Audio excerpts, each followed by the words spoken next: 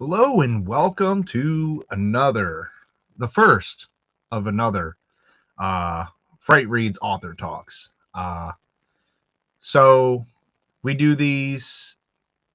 Uh, this is the third year. I'm trying to do the math here. Mental math is hard. Trying to do the third year of the author talks. It's a really cool format. If you haven't tuned in the past, it's just pretty dope. To be to be very blunt, it's pretty dope. Um, what we have is authors, some of our artists, sometimes special guests, um, and other vendors that kind of fit the description. A lot of really awesome people. So tickets went live February 1st. That was 3 days ago, 4 days ago, according to my clock. Um, you're missing out. Get the VIP. They go quick. They are a limited quantity. You get a shirt and a bag, among other things. We got some cool stuff lined up. So already it's the 4th of February. Tickets have just gone live just a few days ago. And you can see on the ticker down there. The website will eventually reflect that in Facebook announcements. But we just announced today Zach Ward. And if you're not familiar with that name, we'll go on the TBS 24-hour broadcast of A Christmas Story. You're looking at Scut Farkas. Everybody keeps saying Scott Farkas. I thought growing up it was Scott Farkas because you didn't think that there was a name of Scut, but it's Scut, Scut Farkas. So we have Scut Farkas, the one top three bullies in my book. He's right up there with the two guys from Hocus Pocus and Balkan Skull. Let's just be honest. Top tier bully, but overall just awesome dude. You're gonna love him. He's coming in. We're bringing back Hip Hop McDougal because I don't care if you wanted them back or not. I was having them back. And in addition to that, we're going to have a local band, Beach Creeper. I know a lot of people went a little nuts because I announced Beach Creeper, and I was like, Beach Creeper. Beach Creeper, super awesome. They're local. If you're into surfer rock with like zombies encrypted and mummies twist, my God, I found your band for you. Here they are. We're gonna have that going on, and so much more. We've already announced that we have, in addition to Catalyst hot dogs, we're going to be throwing down the Deli-ish, which is the fantastic sandwich shop out of Dundalk. Look them up. Go in there and eat. It's a physical, tangible, eat-in restaurant. Best Rubens in town. I'll die on that hill. We have that and so much more cool stuff. If you were there last year, we had the Ecto 1 with the Charm City Ghostbusters hosting the Experience trademark. So the Experience itself was this whole walkthrough mock-up firehouse, which I was trying to autofocus on me. Was it? Whatever. So it was a mock-up firehouse, which was just so cool to look at. As a huge Ghostbuster nerd, I may like the Ghostbusters just a little. It was just really surreal to step into the firehouse, let's be honest. And you got photos in that, and they had interactive things like bubbling slime, and you could hit the alarm and alert the Ghostbusters that there was a ghost, and they were testing if you were psychic, and a list of other things that I'm sure will be built on over the current year. You got to do that. You had a photo op with a DeLorean, a freaking DeLorean. I mean, it's a car, and it's a unique car. It's definitely an iconic car from Hollywood. I don't know if it's one that I would personally drive, but it's just kind of neat to see. And then on top of all of these things, we had Hera's Nightmare giving us an entire haunted house exhibit. What else do we have in there that was really cool? We had a couple of bookstores hosting several awesome authors, and we're going to do the same thing again this year. But one of the staples that we have had at Frightreads since year one, and I talked about this last discussion in the year before, probably. When you walked into the basement of the community center on year one, you were greeted by all of these like creepy baby dolls. I don't know how best to articulate that, but it was just this creepy vibe that was next to you, and you looked over and went, "Oh, well, I think this is going to be a good day." Since that year, that was 2021. We're now going into 2026 for Frightreads number 6. Last year, we were able to get vehicles inside, and we were able to work with my featured guest here, Things Forsaken. We had this super awesome motorcycle sidecar photo op that we ran for charity. So you could get pictures with the sidecar in, I believe, in the sidecar while the cast was in character for the photos. This was such a cool experience. A table full of handmade props, the best friggin' chocolate in the world. You definitely want to stop by their table. You want to see Things Forsaken. And with me tonight is the amazing FERENC from Things Forsaken. There he is. How you doing? Hey Harry, thanks for having us on, man. It's always a pleasure to be around you, man. Oh, always, man. I was actually happy. I was like, oh, what a good start. Like the first one, I was like, man, we have the basically one of my first vendors, and you're the first guest. So it just comes together and makes sense. So Yeah, coming first eventually. right. Um yeah, so I kind of went down that memory lane of that first year where I think you guys were the bar setter to walk Mm, into the event. The first thing that they saw was your macabre display. This is before you had the film. yeah, You still had mini-sodes that were on YouTube, and that's about as far as you had gone. right. We had the web Um, series and all that stuff there that we bring to Fright Reads are all products that we create during the web series and the studio. So it's a little different than what you would see at a lot of presentations at some of the conventions and everything because we're not doing a lot of the fanfare of other popular characters and films. Everything we create is coming from our own core. and So that's really it's awesome different. because in a world of we're going to recreate a million and one Jason Voorhees arts, 3D print the same Art the Clowns, um, to have your own original content, that's super refreshing to see. Yeah, It makes it something to look at. yeah, it's one of the things that we feel. Yeah, like you said, when you first walk in, people saw our booth, our presentation, a lot of the creepy dolls we do, things of that Yeah. nature. Um, so it's completely different than anything they've seen before. Although they've seen creepy dolls and Yeah. a lot of the same similar type of product, perhaps, but they've never seen these originals before. So, it's a bit of a new experience, and yeah, hopefully refreshing for some of the people that attend. Yeah, and I get the same reactions year after year after year. It's What the hell's wrong they'll with see you your setup and they go, "What the?" And that's I love the spread of everything that gets put into Fright Reads' arsenal. You have stuff that's adorable and cutesy. Then you have stuff that's geared towards a whole different genre where it's mysteries or fantasy. So we'll have D&D figurines and dice being sold next to skulls, Right? being sold next to creepy baby dolls. Yeah, that um, eclectic element really, Yeah, yeah. really is a big attraction for people, I think. Yeah, it's I try to make it a place where you don't ever want to see the same thing 5,000 times over. That gets tiring. When you start to go to these big festivals, where they have tens of thousands of vendors, we're getting there. I think we're at 300 and something. I think it was like 280 was the head count for vendors this past one. Wow. Um, just insane. Like herding cats, man. I was already struggling with 110, and then we multiplied that tenfold. Yeah. Um, It's growing, man. Good on you, brother. Thank you, but it's stressful.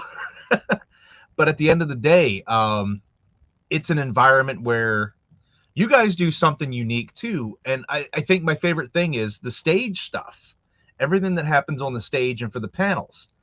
I don't like having just everybody go up there and go, okay, when I wrote my book, this is what I was thinking.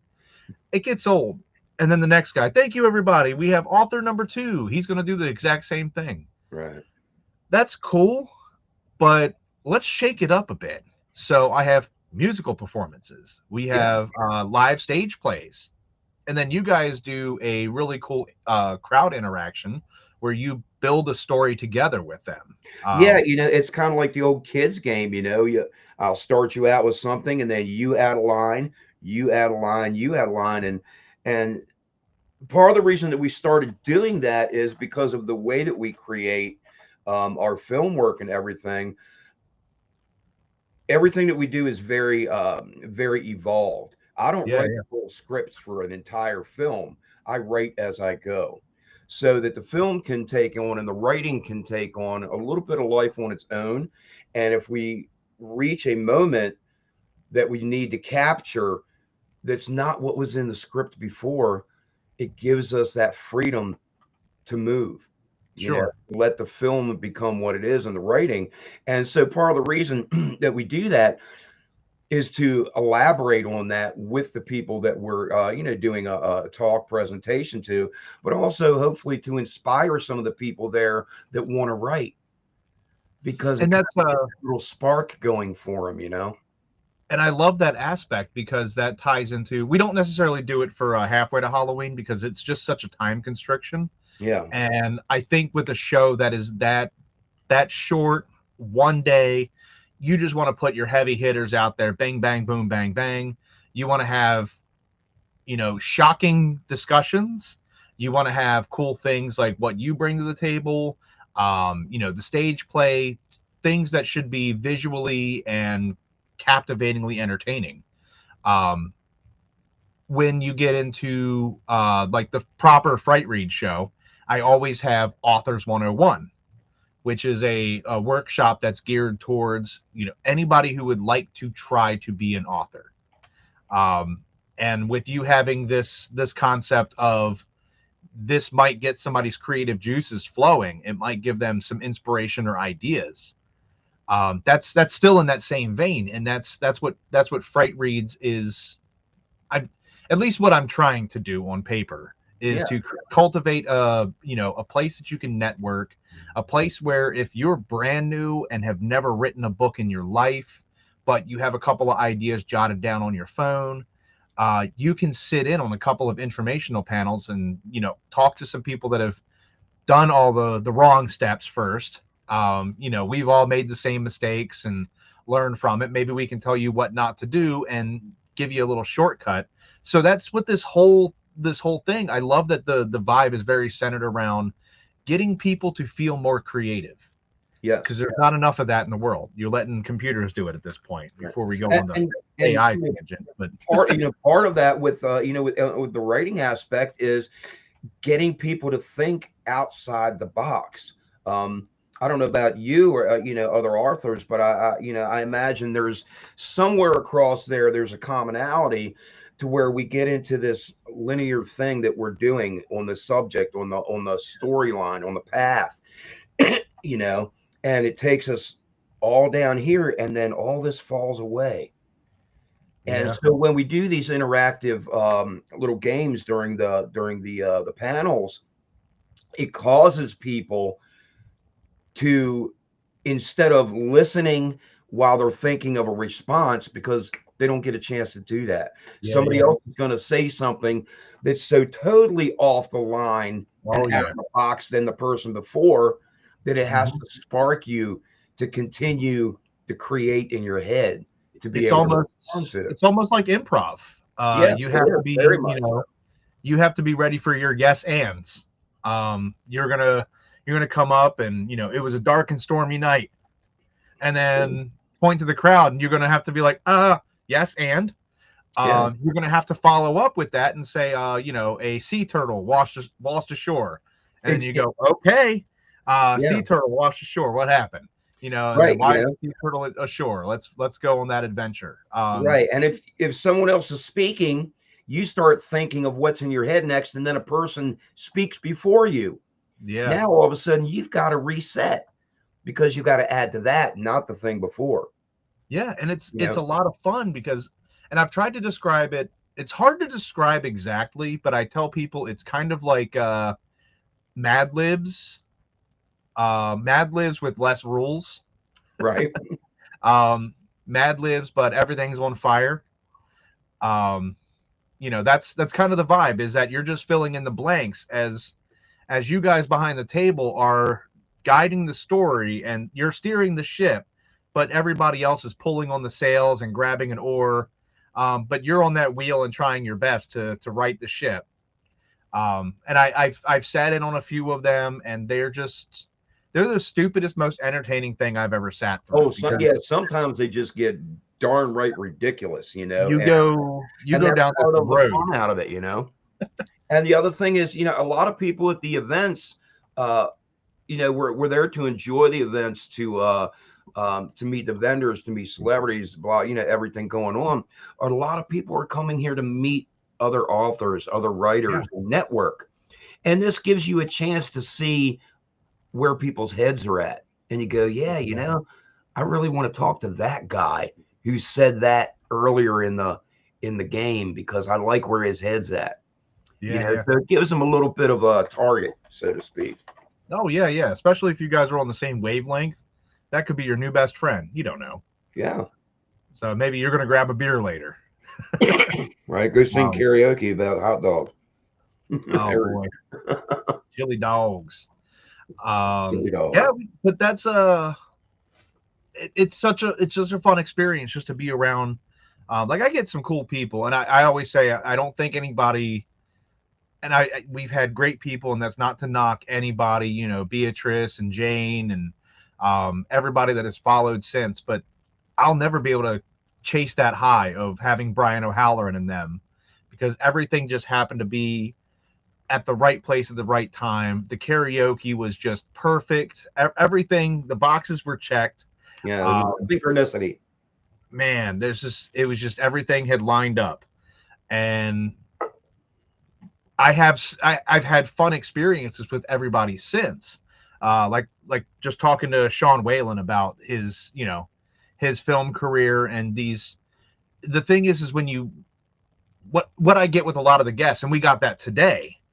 You'll announce somebody, and people will go, "He was in that. He was in that."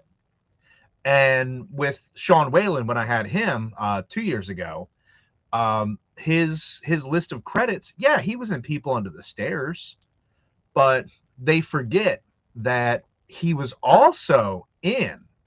And you start going down this rabbit hole of, what was it, Never Been Kissed, the Drew Barrymore, big hit film. He's in there, and he's got a decent part.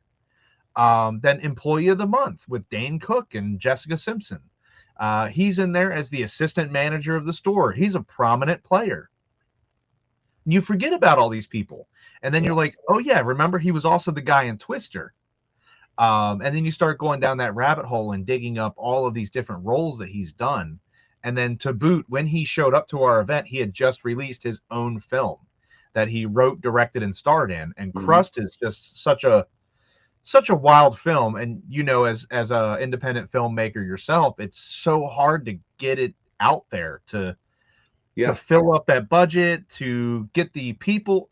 I think the hardest part is getting all the people in the same place at the right time. Man. we can turn this talk into 2.5 hours over that. Yes, that is one of the greatest challenges is and that's how I put it, herding cats. That's all it is. Um, Yeah. Actually, on that note, just as a little golden egg funny, I remember one of the times we first met at one of the events and everything. We run the web series, and I Yeah. think you said something to me about the one about the Ouija board episode Yes. that Oh, I was mean, that's running. a long time ago. Yeah. Right, yeah, that's an old one, and I play the dual parts myself, but I also play the detective, and his Mhm. name is Cowor Shepherd. That literally translates to cat herder. Yeah, I think I remember you saying that. Yeah, and I Yeah, named that because at that time I was so frustrated on literally trying to get people in the same yeah. place at the same time. And it's rough because I have a lot of friends that are independent filmmakers, and that's the struggle with it, especially if it's if God help you, if it's a low paying or no paying part, then the full incentive to show up isn't there. You don't have a paycheck on the line other Yeah, than the satisfaction of your work being done. But it's hard for you as the ringmaster of the whole thing, as the orchestrator, trying to make sure person A, B, and C are there and available to do a scene. yeah, And what's yeah. great is I know that we have one of your stars as a special guest for Halfway to Halloween. Yes, Nancy Ann Ritter will be coming to Halfway to Halloween. I'm Yeah, looking forward to seeing her. Actually, I need to get a hold of her pretty soon. Um, we're in production for part two of Faces of the Undead anthology, yeah, and we've kind of taken a step back after part one, focused on getting some of the things out. I also have mhm, my art studios, family, everything else to do. yeah, sure, So I need to take a step back and kind of reroute for a little while. And we're in production for two, and this one is even a bigger challenge to get the scheduling together, partially because of different locations. hmm, There's a whole different setting location. That's the premise for part two. We've got about 25 minutes in the can now. And this one's going to be a lot longer than the yeah, first part. That was kind of like the preamble to it. But Nancy Ann it plays a part with her husband Christopher Inlow in yep, part one, and I'm looking to talk to her to attempt to start scheduling and get her part written for part two. sure. So yeah, it's always great to see Nancy Ann. She's a rush. She's a trip, wonderful woman. She she's super entertaining. I love when you meet somebody and they're not only do they project outward as a person, but they're also that recluse inward person. And I've never seen somebody do both at the same time. She's super, outgoing, but also equally just as comfortable together to herself. Yes, Um, and and I wonderful, love that about wonderful her. to work with.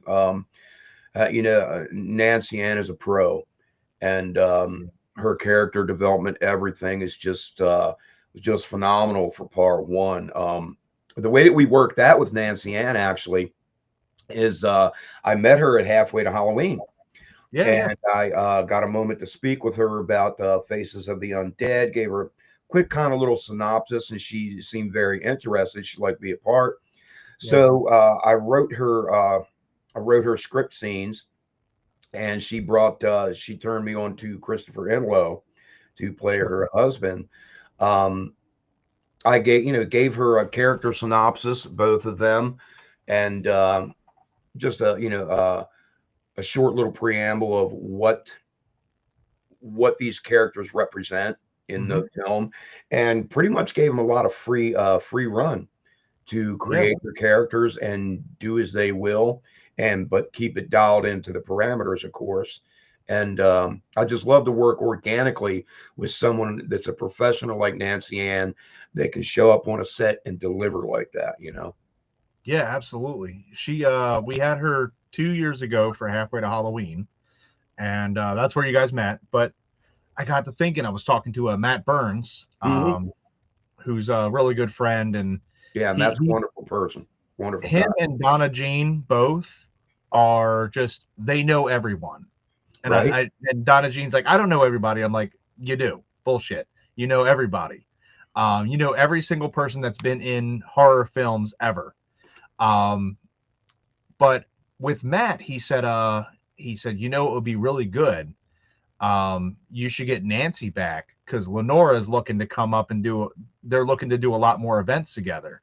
Hmm. So now we have her bullying counterpart Yes, that I've never met is her. training. It'll be wonderful. And I've heard great things about her. She's super nice. I'm excited. I'm excited to have the two of them side by side. Yeah. That's going to be hope it's not going to be another. We need an adult for that area. Need to separate these two It because we requires had that with Tara and Beatrice last year. They were such a riot. You'd have sworn that they were best friends for life. right. They had just met each other that Saturday morning, setting up their table. They didn't know each other. They'd never seen. They had no idea who. It's funny because their works never overlapped, so they've never interacted in the world. But it's funny because Beatrice was Freddy Krueger's mom from Nightmare on Elm Street 5. All right. And Tara was in Cannonball Run and all this other stuff and episodes of Freddy's Nightmares, the TV show. So isn't that weird how like they're in the same, they've done the same property, but never crossed paths. But Right. if you would have met them that Saturday afternoon after they had a few minutes together, you'd have been like, wow, did you guys get into the business together? You guys have known each other for 50 years, that kind of thing. And it's like that. Like there's a lot of people that have, there's people that have been in Faces Part 1 that didn't never met until the premiere, because their shoots have nothing to do with their shoots. Back, and that's the way it runs a lot of times. People will be in the same films, the same genres, and they're peas and carrots, but they've never been on the same plate. Yeah. And you hear that all the time when they're like, oh, what was it like to work with so-and-so? And they're like, oh, we never had any scenes together. I really wish I would have. Right. You don't think about that. You think that it's all hand like a stage play. I think that's the mentality people have. Like everybody has to be there because your parts are going to come up. But when you're doing film, you might just need that one person to stare longingly out of a bedroom window for a scene. And that's all you need. Yeah. And that's it. So it's you and that one person, and the rest of the cast nowhere to be found. Yeah, actually, it's interesting. There's I just did finish doing some rough draft editing for a section of Part 2, and one of the aspects of it is one of the counselors in our facility here gets an email and is watching a video of another doctor and a patient in a facility and sending it here for a referral. And all four of the people in this entire scene have never been in the same place. Well, I'm sorry, the two people here, of course, the counselor, and there's a male nurse. And so they're in this part, but the two people that are in the video being watched were shot completely different times. Yeah. And never met. I shot with just myself and them separately and then edited everything together. So maybe they'll meet at some point. Who knows? But that's the thing. It's, with these, especially when you get into the big AAA Hollywood productions where they have, knockout A-listers, how often are they all in the same room together? Right. So it's, especially when they have multiple things going on, they have, interwoven storylines. They may never interact with each other. True. Or if somebody's at a headquarters or a home base on the radio telling the main actor, I'm giving you directions on how to get in, they probably never meet Tom Cruise. Yeah. But they're on the radio with him the entire time. But they've never been in together. So yeah, we did I'm one of the artisans with the Man at Arms team, and it's been a while since I've done any shooting with them, actually. Yeah. But the TV series that ran on the Elway network, Man at Arms Art of War, Danny Trejo is our host. And people ask me all the time, it's like, oh, man, I hear Danny's really cool. How is he? It's like, I heard that, too, and never met him. Yeah, sure is great. What, 6, 7, 8 seasons, eight episodes, 2 seasons, and I never met the man.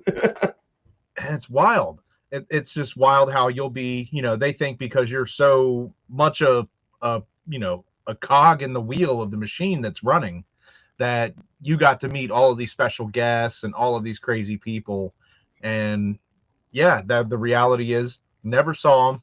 He shot remote somewhere else, and they just, some guy in an office with a computer and a lot of patience, spliced it all together. Yeah, well, we did all for that show. all this stuff that I was shooting was done here in Maryland. Yeah. Danny did all the shots for him in the He was probably in studios Cali. out in LA. So Yeah. yeah. Yeah. It's Hollywood magic, right? That's what they call it. But yeah, it's so much fun. So you had a motorcycle and sidecar that were on display. The Necro sled. Necro sled. You had what I think is one of the more. I mean, you go to other events and you'll possibly see an Ecto 1. You might see a DeLorean. You don't see the Necro sled. That's No, you don't. maybe in a war museum at best, but you won't see something like that just in the wild at a convention. Right. The closest thing that you would see to the Necro sled that I own is Harry Potter's is Hagrid's motorcycle. Yeah. Because they are both Royal Enfields with a sidecar. Yeah. However, they're totally different models. Yeah, but very similar, at least rough idea. But yeah, they are both Royal. He drives Royal Enfield yeah. in that film. Different flavors. Different years and different models. The one that I own is one of the old Iron Barrel 500 bullet militaries. Yeah, yeah, and it was cool. I remember you asked me like, you want to sit in it? It would take me 3 hours to get in there and a team with jaws of life to pull me out of it. It's an adventure. But it like I think we played with the sword because you had a sword for the shoot. Yes, yes. So we played with that for a little bit. That was kind of cool. But just the level of just involvement between you and the rest of your crew. You're working with half the people that are behind your table have been in either the film itself. They've either been in Faces or one of your mini-sodes that you put on YouTube. Yes. Actually, involved somehow or another. We actually we got quite a few of the cast from Faces Part 1 actually made it out to Frightreads, which again, herding cats was pretty unbelievable. I couldn't believe that many of the cast was able to make it that day. So we had a good chunk of people on Saturday. Yeah. Yeah.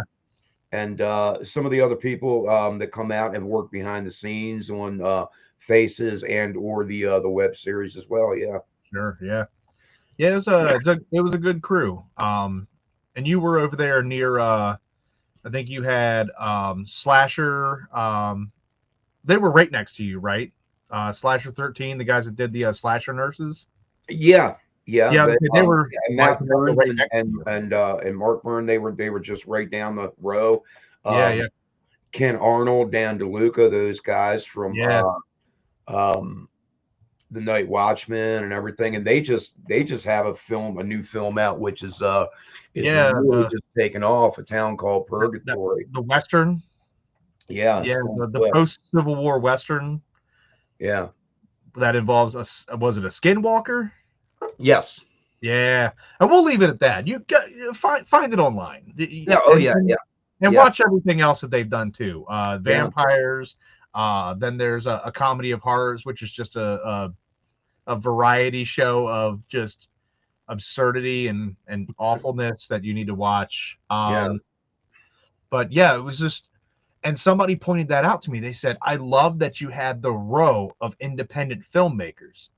And I thought to myself, I was like, I didn't plan to do that.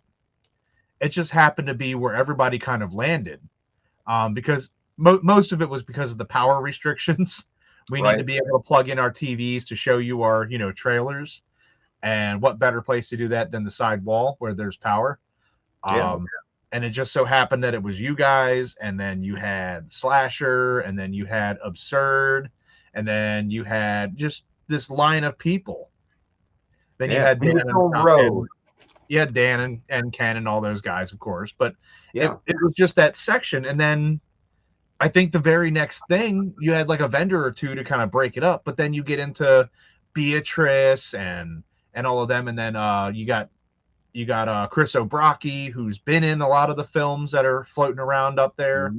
And then Michelle, who, then you had like almost this indie film actor section to follow it. It was just kind of this weird happenstance where everybody just kind of got put into the same spot. Yeah, but it works out well. It's great. It's really great. I tried to break it up, but it ended up working out in that favor because everybody got to talk to these great actors and these talented people. And I know Ken and the gang are going to be coming back. Going to Good. work to get them a little bit more space so they can spread out with the because they're starting to fill out. There's 3, 4, 5 of them now, and they keep multiplying. And Yeah. Yes, they do. yeah, so They do. their little entourage of cast keeps growing, much like yours does. It keeps spreading out, and I try, and I hope I give you enough room to display the Oh, it's craziness fantastic. that you bring. It's Because fantastic. We appreciate it. yeah, I mean Especially you now have since screen we're use bringing stuff out the everywhere. Necro Sled and and doing the charity photo ops and everything, it makes a big difference, to be able to do that for people. Yeah, yeah, and that was a really awesome thing because that wasn't even I didn't even ask you to do it. I said go ahead and do it, and you said can I donate some of the money to the charity, and it became a portion of that proceeds went to the American Foundation for Suicide Prevention Yes. because that Well, Faces of the Undead, the film itself, our log line is you thought death could release you. You were wrong. hmm, So, from a horror standpoint, we take that and run. The yeah 180 to that is the 180 message to that is death is not the answer. Don't give up. We've lost loved ones that listen to that voice. And so the yeah underlying message through the whole film and that struggle with is it real, is it not, and the mental illness struggles that many go through. That's the big message behind Faces of the Undead. And we've yeah never seen that done in a horror movie before. So we wanted to approach that in definitely that not to that grounded degree. manner. I Yeah. mean they deal with psychological traumas and things like that in movies, but never to the degree that you guys touch on. Yeah, most of the time when you see those subjects approached, they go straight to the dark asylum, somebody Yep. going nuts and snapping and slashing and killing everything, and then hmm the resolve. We wanted to keep it more grounded, so it's a risky thing to do to confuse the viewer, but not Yeah, over confuse them. We want to keep the viewer confused to the point that they're in the same shoes as the character I portray. and They it makes don't you know if pay it's attention. happening or not. So it's definitely not a movie that you could be doing this while it's on because you're going to miss There are a something. lot of subtleties in Faces of the Yeah. Undead that are intertwined through the character portrayals, the way the characters are acting towards each other, the fact that there are actors and actresses playing dual roles, Yeah, yeah. as well as different little tiny things in the dialogue. And you have to pay attention because if you look up and you go, "What's Nancy Ann doing in that outfit?" That doesn't Right. make sense. I'm confused. Well, if you'd have paid attention, you would have seen that this is the spirit of somebody else that just showed up and they introduced themselves. You just missed it. You weren't looking. Right. Yeah, I it's stuff like remember we that. did we have the Blu-rays and the DVDs out for part one Yeah, and yeah. special edition discs that have cast interviews, behind the scenes, bonus features. And when Nancy Ann and Christopher were doing their interview, they did it. I shot that together with both of them at the same time Yeah. because they're peas and carrots. Sure. Yeah. And Nancy Ann would, even joked around at one point, it's like, what's this lady doing taking her drunkard of a husband to a bar? Why would she do that? Yeah. So, when you watch a film and you see somebody that goes, yeah, her husband, this lady's husband's a drunkard, it makes no sense. Why would she take him to a bar? Given the underlying message of what Faces is about, this is an example of enabling. Absolutely. Yeah. And there it is. Yeah. And So it's there's a it's one lot of of it's a subtleties within smart the film piece. to pick up on. It's a smart piece. Um, there are movies that are in that bracket where it's a smart piece. Um, whether it's a horror, whether it's comedy, um, a lot of stuff. There are a few movies that you have to just actively pay attention to. It's a Um, multiple watch. It really is. it is, and I'll tell people like have you ever seen the movie The Dead Don't Die with No, Adam Driver and Bill Murray? I think I have. It's been a It's while. it's a movie that you can't just play on your phone and passively pay attention to it and be able to absorb. Right. There's so many little subtleties that, and the jokes are dry. They're not punchlines. They're not setups. Traditional comedy where they kind of set you up. It goes back to what I liked about comedy. It's that um, it feels natural. It feels like this is what's happening in the moment. It doesn't feel forced. It's a horror, but it's hilarious. Right. One of my favorite parts is and it's I call it Hollywood cliche, where Mhm. there's a song playing during the opening credits, and then whatever it is, it's Walking on Sunshine, and then it goes into Patrick Bateman's headphones, while Mhm. he's walking, and then you can hear it playing through his headphones lightly. Interesting you They bring do that that with up. everything, and Yeah. you've seen that effect used in a million different ways. Um, but in this film, they're playing the theme song, "The Dead Don't Die," and it's this hokey like slow country jam. It's hilarious to listen to because it's deliberately just over the top and embellished. Dig it. And it after they go through a chunk of the opening credits, they kind of fly into the squad car because they're two police officers, and it's the song's playing on the radio. And this is where you have to kind of pay attention. One of them says, "This is a pretty catchy song. I like it." And the other says, "Well, I'd hope so. It's the theme song to the movie." Right. A little breaking that fourth wall. Oh my God, the whole movie is fourth wall breaking.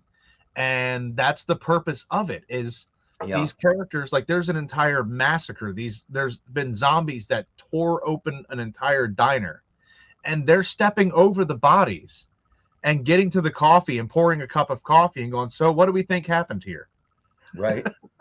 Yeah. And it's just dry, funny, and it's stuff you have to pay attention to. But when it comes to yours, it's a lot of visuals that you have to catch because you have a There lot of are. things that Yeah. almost bleed into each other and overlap on the same screen. So that way you can see that you're almost circling it going, "This is the important part. Look here." Yeah. And if Yeah. you're not, There's a lot of subtleties. And this carries on into part two as well. sure. If in the very beginning of Faces, when it opens up in the bar, and you see that waiter come in to grab a tray of glasses, and my character and this waiter do a little double take of each other, a little familiar look, And if you notice, and if you're on a phone or something, you're not going to see it. If Yeah. you're on a computer or a A larger quick screen, scene. you're going to pick it up. But Sean Sokolowski, who plays that waiter, if you Mhm. notice, there's a scar that runs right down here. Yeah, yeah. If you notice a little bit later in some of the B-roll across the back of the bar, there's a face in a jar. That's his face. Yeah. And he plays a larger part in part two based on that same aspect of his character. Hmm. And so there's a lot of that happens. You were mentioning the music and the earphones, and it's funny because there's one scene in there where we do a little thing similar to that with Yeah. musically an earphone. And yeah, musically for part one, that was one of the most challenging and but also fun parts. And Um, well, if we're talking about the music of this film, there was a song that you weren't expecting it to go to the final cut. This wasn't what it was. It wasn't written for the movie. It wasn't no, it wasn't. designed for the film. It was your son, right? Yeah, He my just son started. Tristan wrote that song called Evermore one night, and he played it for me. I won't get into too much detail about that experience, um, but it fits this film like a glove. Yeah, And I spoke to Tristan about it, and he was very on board with putting that song in and became the theme song. If you yeah. notice, also there is a scene near the end of the film Hmm. to where once the I don't want to give too many things away, but when my character is walking off and it starts low and you see the feet and it Yeah, walks off until you can see Vera's face, right? If you listen to that music, that is a New Orleans jazz version of Tristan's song. Of the same thing. It's the same song that we did a totally or different arrangement with. And that's So there was a lot of work went into that with some really talented people. Sean Sokolowski again. I wrote a lot of the bare bones. Tristan wrote some bare bones, and I worked with Sean, and Sean literally put an entire jazz band together. And I had two trumpet players, Mark Kelly out of Baltimore, who has moved out of Maryland. He did a lot of the transitional trumpet. The main lead trumpet was done by Daniel Lee, and Daniel's been around. He's been around. He used to gig with Santana. Yeah. And it's just an honor to work with people of that caliber. Because I would call Daniel up and send him the music track that we laid down, the background tracks. And I get on the phone and I embarrass myself playing mouth trumpet. You know, this is what I'm looking for in this part and this part. But they understand that perfectly. And dude, an hour later, his first question to me was, okay, do you want Dixieland or New Orleans style trumpet? And the moment he said that to me, I said, okay, this is my man. And an hour later, he sent me those lead tracks back, and it was like, hand me a towel. Oh man, yeah, and that was the first thing. I think I said I think I was folding shirts for the event and just kind of had it playing on in the background. And I mean, we just talked for 15 minutes about you need to pay attention to this movie. And I broke the first rule. I didn't pay attention to the movie. I was just kind of glancing at it and just had it on in the background. But there were 3 big takeaways, and I had to sit down and actually give it my attention. I said, all right, I'll give you my 40 minutes. I gotta sit here, and I can't multitask. That was a bad idea. The opening scene with the music, that opening music just hitting. Yeah. And I just kind of went, oh, this is dark, and it has a lot of emotion in it. And it really sets the stage for everything that's about to happen. There was a scene involving hooks.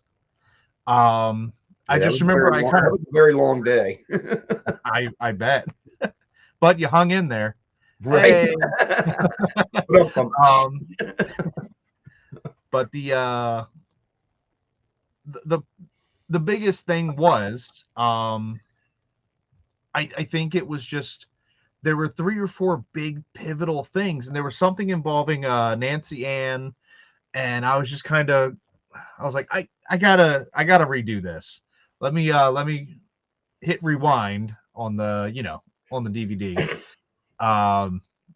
And I started it over. I got to hear the song again, and actually just sitting there, and when you start off, there's nothing happening. It's just, not to say it's a black screen, but it's like some credits are going by and stuff. Nothing, you're not doing anything revolutionary that you need to pay attention to, but that visual coupled with almost where you have to focus on the audio. There's nothing to draw you away from your ears hearing the intro, you mean? Yeah. Not for you get to sit with the piece for a minute. Yes. And that was the thing. I didn't get that just having it in the background. I mean, obviously I stopped. I went, what's going on?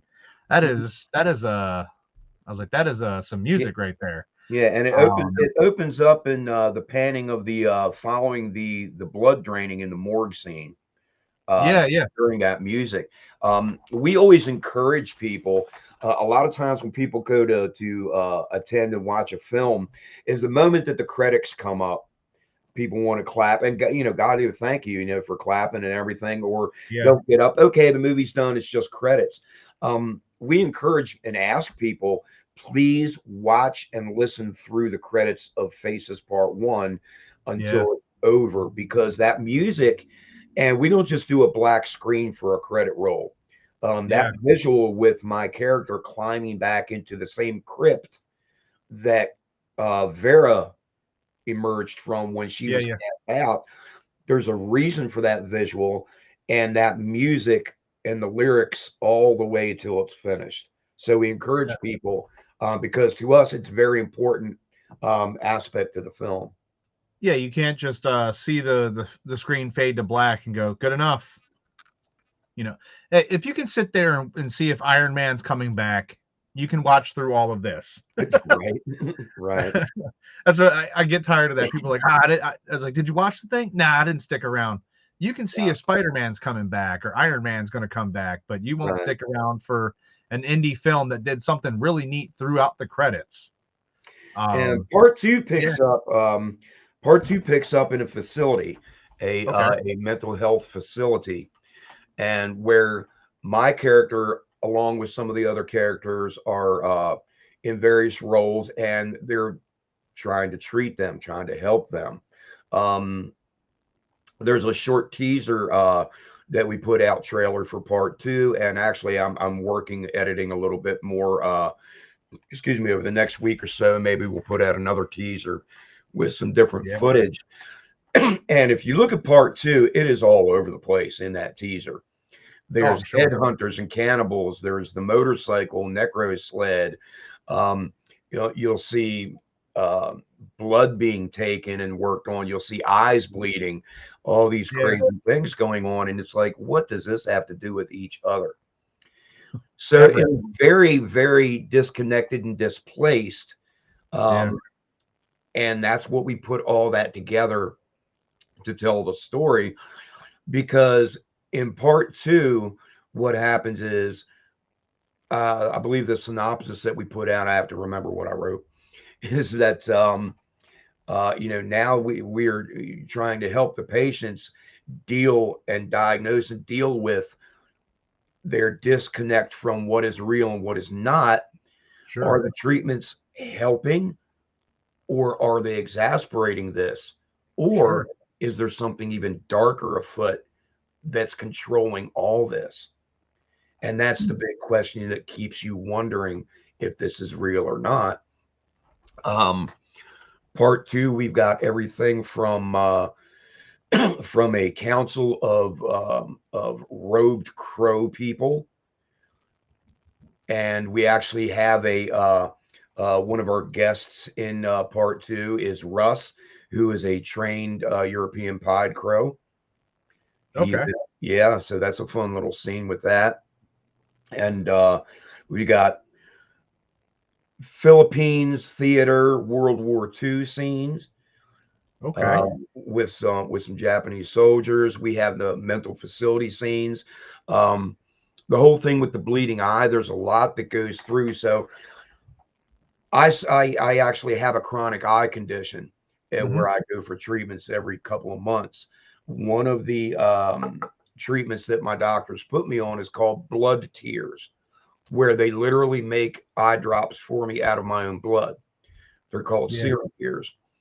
And as soon as my doctors explained that to me, I was like, man, you just gave me the golden ticket, because You, now you had the notepad out writing a scene. I can go anywhere I want. Because what would Yeah. happen if these samples of these blood, the laboratory things got messed up, or something contaminated these? What would I see then? So we're bouncing back just like we did in part two. We had a lot of flashbacks. Yeah. Uh, Yeah. Yeah. I mean, in part one. In part two, we have a lot of those scenes that are jumping all the way from Inquisition torture scenes all the way to the World War II, the cannibals. It's all over the place. So Yeah. we really kicked it up a notch. Well, it sounds like you've already got a lot more set pieces, a lot more locations, probably more people involved. Um, Yes. it sounds Yeah, like we it's have just going to new be a faces. There's more cast involved. There's more cast involved in the same scenes, especially when it comes to yeah, the ending. Um, and that's one of the largest challenges, because we got to get all these people in the same place. yeah. So that's been a major slowdown for us. I believe you, but it's you got to suffer for the art, right? Yeah, and part of it is because of some of the nature of what we have written for the ending of part two. We're also, weather always affects everything. Oh, sure. But for us to pull off the ending the way we want to, it has to be a cold weather shot. Yeah. So, I won't get it too much into it. But Well, if so we you can might want to bang hurry out up. the script, yeah. Yeah, if we can stay on script, um, we have a couple of trained attack dogs. There So you go. if we can stay on script, hopefully so, if we can pull Yeah. that off. If we Well, can, that'll be it sounds like that's at least on track to best case scenario. Be ready for Fright Reads this fall. yes, yeah, hopefully so. Yeah, so it'll be something. I'm looking to do the theater piece again. Yes. It was something that I think was a great idea, but I didn't know what the space was like and what we Mhm. needed to do with it. Um, it was a walk, a pretty hefty one. I made that trip about 7 times. Up that Um, hill, oh, uphill both ways right? somehow. Um, but I'm looking to do that again. Get 3 or 4 filmmakers to show their piece. Whether it's showing part two, whether it's the both parts. We got A and B rolling at the same time. We'll have something of yours in there. We'll see if we can get Dan and them to play Night Watchman or the new film, something among others that we have floating around in the building all the time. But I think what I want to do is, well, definitely more signage, but we're going to try to get like more of a theater setup up there. Hmm. If we can get popcorn up there, if we can get, the means to sell drinks up there, you know, being able to sell, cans of soda and popcorn, Hmm. maybe. I don't know. It's just toying with ideas. But the biggest thing that I think we're going to try to do is grab golf carts. We're going to try to get a couple of golf carts to, haul people up and down the stair, up and down that Right, ramp. Oh my God. I want one just for me because I don't want to have to go up there if I need to relieve Todd while he's running the theater, or, right, if he wants a hot dog, he's trying to have lunch to save him a trip to come down the hill.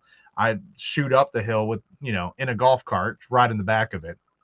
So it's just a lot of logistics, a lot of changes, but I think the having live music, having authors doing readings, and the final piece of the pie was getting films to play. yes, You make this the ultimate like multimedia festival. This now has every facet. We not only cater to 1,000,001 genres, but now we have all the forms available. And I think right, that's one of my one of my favorite things to, you know, be excited about, because we checked all the boxes last year. Even though the boxes were all over the place and poorly managed, uh, we got them there. The foundation was there. So this year, I know we're taking the floor plan, and we're going to take it and shake it up and try to fix some stuff up. Try to move things to places that make more sense. There will be 2 stages now. I'll have the main stage, and then we'll have the a smaller stage in the other room. oh, great, So we'll have, maybe that'll draw a few more people over, and vice versa. That lets people know we have 2 buildings, 2 entire buildings of stuff to see and do. Um, I've already locked in. DeLorean is back in. The Ecto One is back in. Um, you'll, barring any issues, the Necro sled should be sitting out there as well.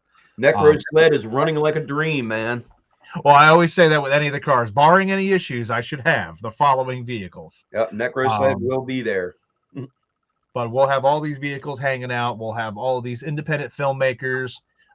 Sometimes their cast and crew, if space and time and schedules allow. It's just going to be an awesome time for anybody that is thinking about doing this for their first year. If you're making the trip, this is an event that isn't just a quick hour, 45-minute walkthrough. This is a day. Yeah, This might be a it 2 day. is much more than you think it's going to be. That is certain. There's too much to see. Too much for me to set up.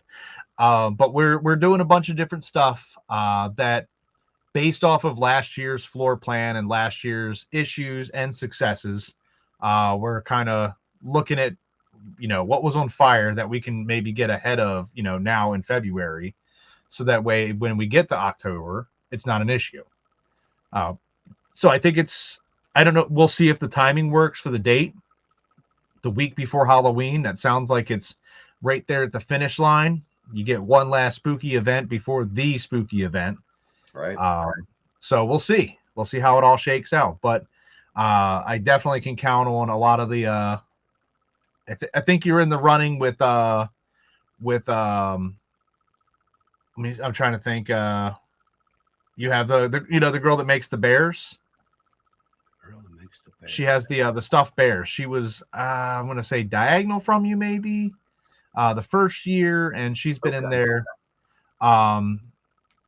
Precious Moments Creations. I think the two of you are holding strong for every event.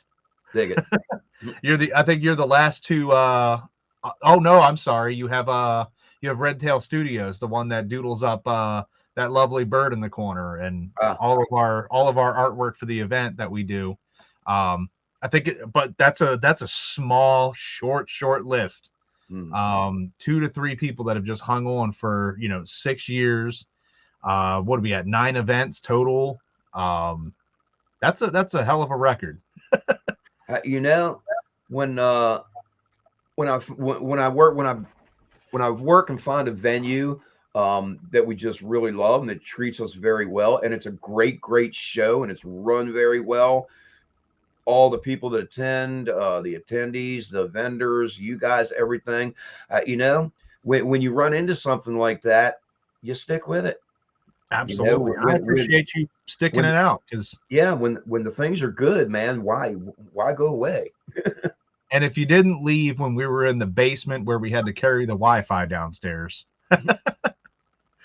I had to tell that story. We did an event up at one of the colleges.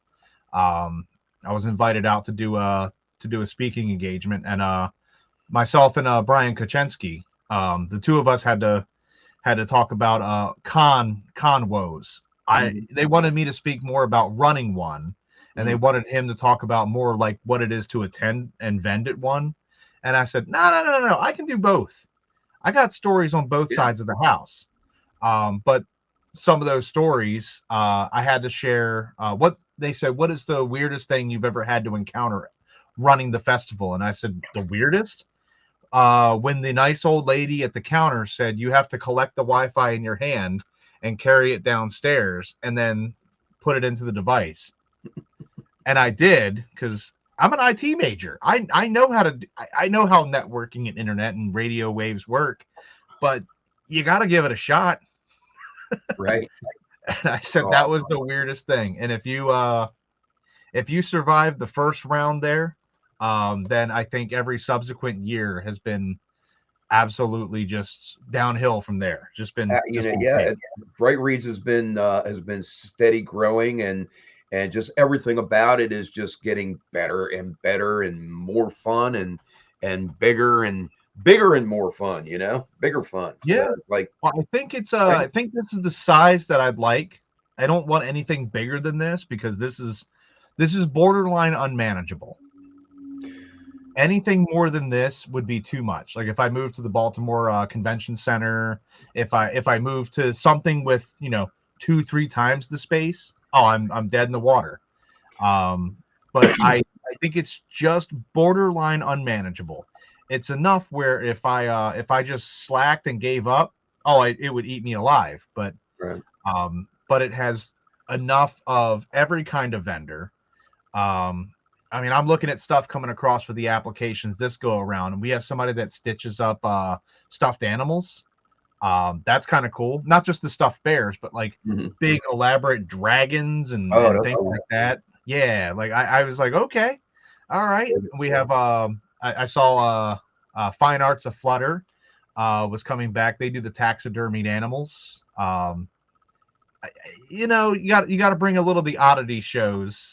The oddity shows are one of the better shows for us and everything, even with the film promotion. It's interesting because there is such an overlap. So we're bringing a little sprinkle of the oddities. Yeah, even a lot of the stuff that we create really is a blend of the horror and the oddity, the macabre and the oddity. Especially because a lot of the stuff that we do is considered film prop. Yeah. However, we always attempt to tell people, yes, we do props because we do props for film. Yeah. However, a lot of the props and things that we actually do are also fine artworks. Um, in part two, you're going to see a marble sculpture, a bust, Hmm. in some scene of that, just probably even just a bit of a B-roll.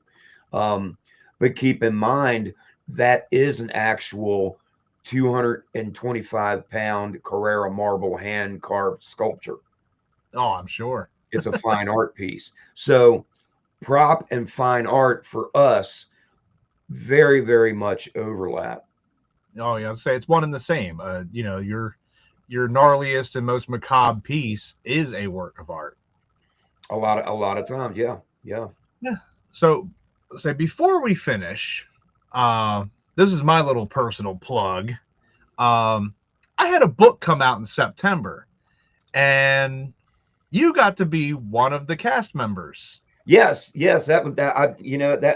That was that was just a great. I've read that to my kids and my wife, and everybody's just cracking up, especially at the point to where it was like, and he never spilled a drop of his coffee, and I'm just like, Harry knows me so well. I would go down and break 6 ribs, but I will not spill a drop. Not a drop. Yeah, it was kind of fun because you're trying to figure out pacing of a story. Not I'm not telling you anything new, but you're trying to keep the pacing and the intensity of a story without just fire hose of characters. Right. But you also want to check the box and get all your buddies in there, in some way, shape, or form. So it was just kind of funny, which is awful because you know if I kill somebody off in book number one, I wasn't planning on a book two or a three, but now I have designs for a two and a three, and I was like, oh man, that's a shame. Oh, I guess I'll have to find new people. I mean, not that I'm short for special guests Right. and friends and authors and artists and whatever, but the fact is, the second book almost mirrors Frightreads in a sense. But spoiler, I survive. Sorry to burst anybody's bubble in the hopes that I died and the book just stopped and Well, you became white still have page. 2 books you got to write for it, right? Yeah. That'll stay So alive. I survive, and it's such an intense experience that I don't want to do conventions ever again. So a few years go by, and anybody that knows me knows that I thrive at the conventions, at the book fairs, at the library, wherever I'm at. I thrive in those environments. I just love, sitting around and just BSing with everybody and just seeing everybody again. And it becomes that is the reality in the story too, where I have the itch and I want to get out there and promote my books and see the fans and sign some books and just be in that world again. And the safest way I can do it is if I run it myself. Hmm. So I have my hands on every single facet of this event. And obviously it's not a successful event. It doesn't go well for us because there wouldn't be a sequel of a book for no reason. So everything pretty much happens again. Now with the new cast of characters, I can bring in, a lot of my Frightreads volunteers, kill them off. Ryan has already graciously offered to just sit down in a chair and just tell us, go ahead. If the killers are chasing us, he's just going to sit down and go, just go. I know how this ends. Just go. I'm not going to die tired. Um, Right. so I get to play with a whole new cast, but that's one of those things where you make a decision in a book and you either kill off somebody or keep them alive. And you're like, if you know that there's a second and a third, that may sway your decision to keep characters alive. Would I have kept character X alive if I would have known that they would have been so much fun to have in, part two? Right. But it was just a lot of fun to try to pull in little snippets of people's personality and the speech patterns, things that not to say quips and one liners that everybody has, but I tried to keep everything as real as possible. And that was my favorite part about it. But It was a lot of fun writing you, even though you were in it for, God, you had what, 3 paragraphs of intense awesomeness? Yeah, my 3 paragraphs of fame, baby. Man, and it's Yeah, one of my, it was great. I loved it. I loved it. it's such a memorable scene that I had people that reviewed it call that out. They're like, "Oh, that guy was a badass," and I was like, "Yeah, yeah." The review I think was titled "Hopes, Prayers, and Meat Hooks," and I was like, "Oh Where that yeah, came from. yeah, hope, prayer, and a meat hook, something like that." And I was like, "Yep." So I know that you were there for a good time, not a long time. Hey, So it was a lot of fun, and I didn't know if anybody ever wants to check that out, but yeah, Nightmares please do. Unbounded It's a is great out read. there. It's a great read. All the characters in the book are finally trickling in and reading the book now that it's been what, 5 months. We're starting to finally get around to it. But people are starting to trickle in, and they're like, "Oh man, I read what you did to me. Awesome." Yeah. So that's kind of cool. I'm glad that it was a lot of fun, and I'm glad that you said, yeah, sure, whatever, do what you Oh, want to yeah. do. If I gotta die, I gotta die. Fine. Um, and I never write with. I always tell everybody I kill everybody in the book. So it doesn't matter whether you live or die. I tell everybody you died anyway. And then you'd be pleasantly surprised, or go, oh, okay, I did die. But the whole thing was just so much fun, and the food poisoning piece, that really did happen. The corn is a real discussion that was had between myself, the cook, and the waiter. Wow. That was a real verbatim. You can ask Brian Paoni. You can ask, Steve when he's running around doing security. You can ask any of those guys. They were there, and we all look at each other and go, "The corn, the corn, the corn. He wants the corn." Like it was Right. that weird. Red flaggy. The sirens were going off. You should probably tell them never mind. But it was a lot of fun, and just having you in there alongside of some of my other author friends and artist friends, it's a lot of fun, and hopefully people read it, they see your character, and they go, "Oh man, that guy's cool," and they get to the end and see that I linked everybody's websites, Yeah. who they Hey, are. and if you're not in the book or whatever, if you get a copy of the book, read it up, come out to Fright Reads and meet some of the people that are in that book. Absolutely. Well, that's been my favorite byproduct, is if I have my book and I'm at an event with somebody that was in the book and somebody buys the book from me, I tell them, "Hey, go over there. That person is actually this person in the book. Get them to sign it." And my favorite is Kaylin from Red Tail Studios. We were at Ocean City Comic Con, and we were one booth away from each other. I mean, we just had one in between us. And I said, "That girl over there that does that art, she is the artist in the book.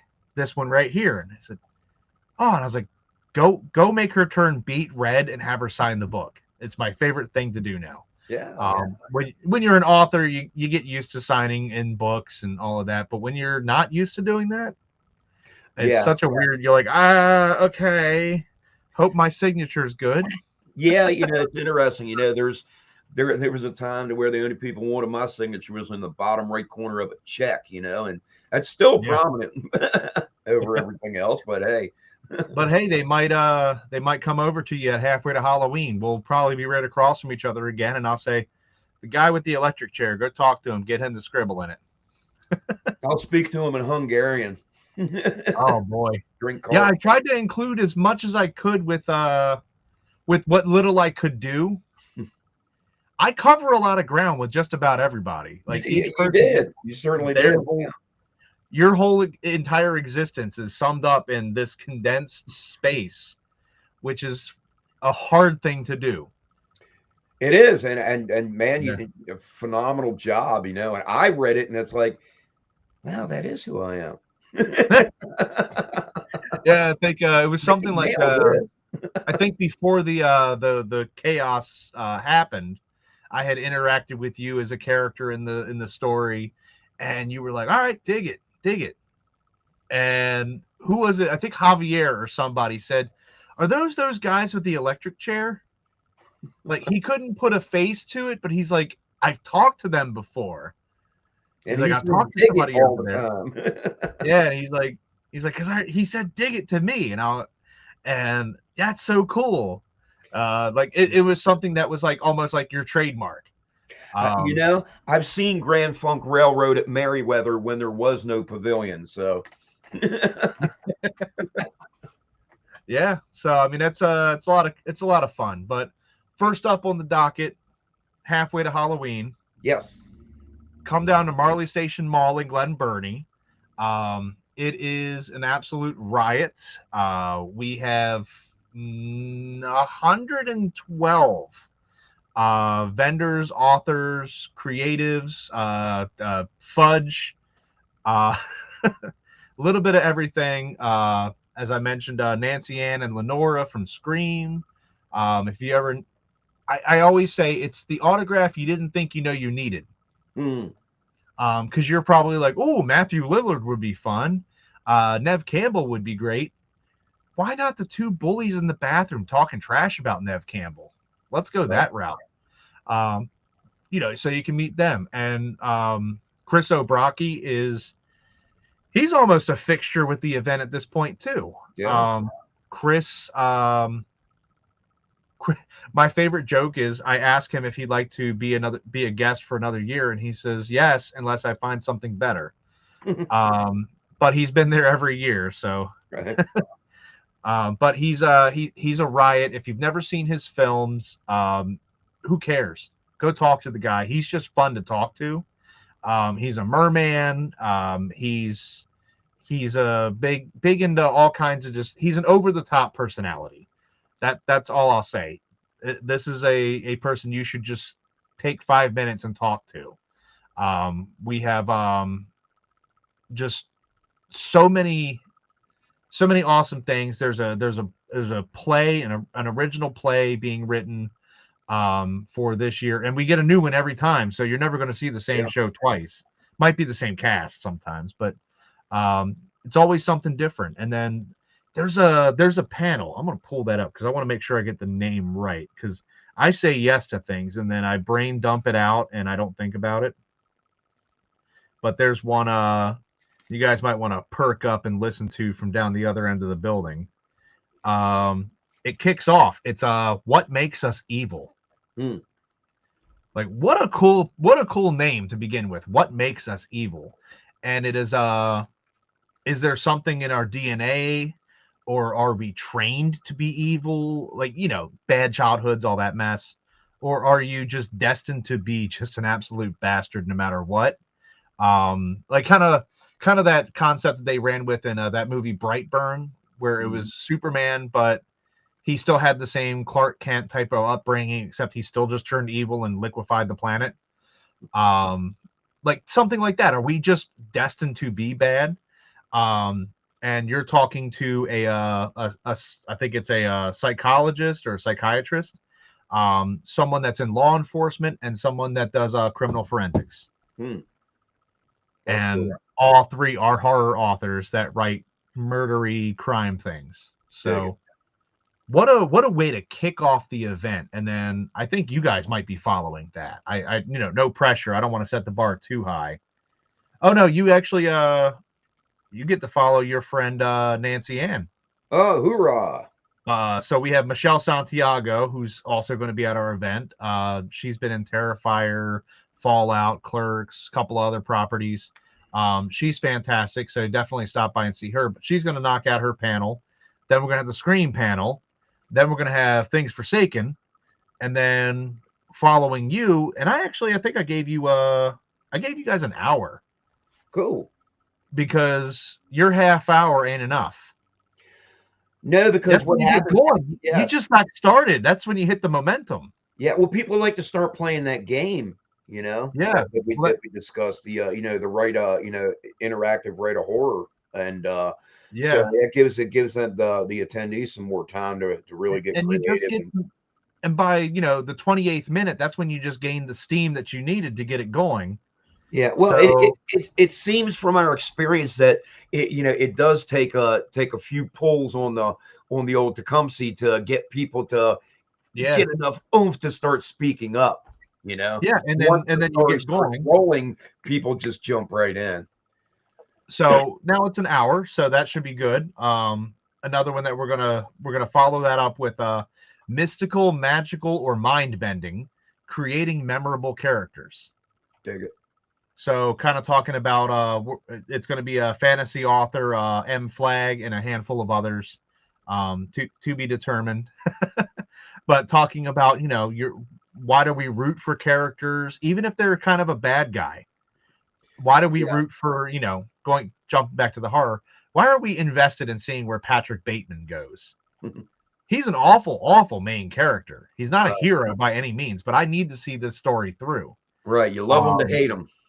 Yeah, and that's kind of what gets explored, and then the world building as well. Like, does the environment add to the character, and vice versa? So that should be a really neat panel, and then we close it off with the live play. Dig it. I think that'll be a really good send off for the end of the event. It's going to be an absolute blast. That's going to be the day before Mother's Day, so get mom some tickets. Get her all the tickets if you'd like. I don't care. Preferably just enough for everyone. But come down there. It's going to be May 9th, Marley Station Mall in Glen Burnie, Maryland. And then that should give you a fix for a little while. And then come see us the week before Halloween, October 24th and 25th at the Howard County Fairgrounds. That's what's been rolling down the bottom. There's like 2 guest announcements. It seems sad, but it's only February. And I have a whole bunch more that are coming. There's some singing related guests. That's not Jane Jensen because she's listed. So other than Jane as a special singing guest, we're looking at a couple of classic television actors. So we're gonna have a hell of a time. Dig it. Dig it. Yep. Yeah. Great. But it's been great having you. Thanks for being the kickoff show. Yeah, thanks for having us on, man. Always I'll put that here again at the end here. So they can find all of your stuff. Because I know some people don't have Facebook, but if you have Facebook, it's facebook.com. Just look up Things Forsaken. If you don't have that, a quick Google search. But YouTube is also a really good go-to. You guys are kind of all over the place. You have your stuff everywhere. Take some time and sit down and watch some of these shorts that they've done. These episodes that I think I compared it to Are You Afraid of the Dark and Tales from the Crypt. Yeah, I grew up with Tales from the Crypt, so a lot of the episodes on the web series, the YouTube series, are kind of spoopy. It's a hybrid build and story. They're a little cheese ball, but the right kind. Ball.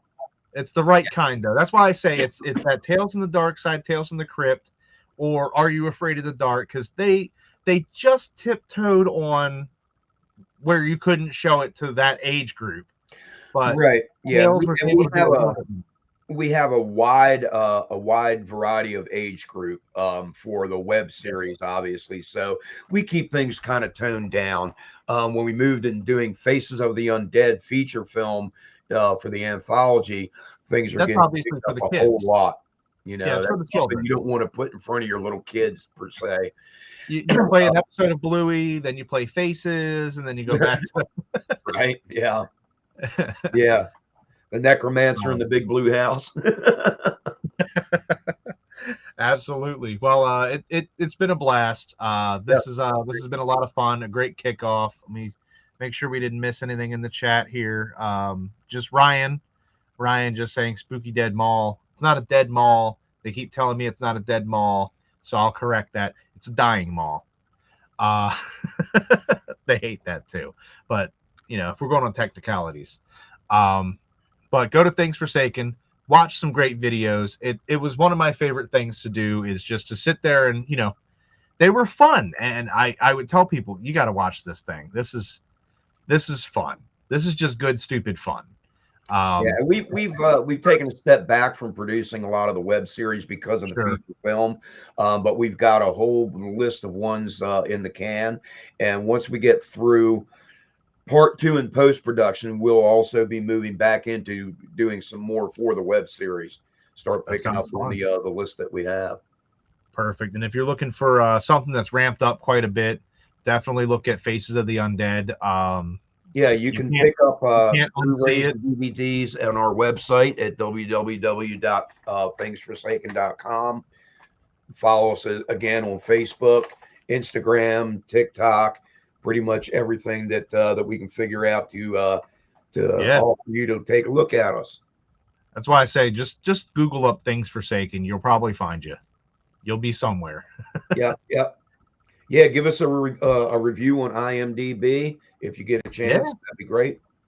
Yeah, all 10 stars. I was like, wait, they're not a 5-star. That's 10. 10 Yeah, stars. the Actually, no, 1. don't give 10 stars. 7 or 8. I think 7 that's or 8. where we're sitting right now. We're sitting right around 8 points, between 7 and 8 points for reviews. Yeah. Never give anybody a full 5-star or 10-star, whatever it is. Never do that. That feels fake. 7 or 8 is probably fair. That seems genuine, and people will actually read your review. Dig it. It's a little trick from getting author reviews all the time. But thanks for tuning in. I'll be here the same time next week with Dan Jones. We'll be talking about kaijus and monsters and creatures and abominations and tremors. I don't know. We'll talk about a whole bunch of crazy stuff, but that'll be a lot of fun. 8 p.m. same time, same place next Wednesday. So thanks for tuning in. See you next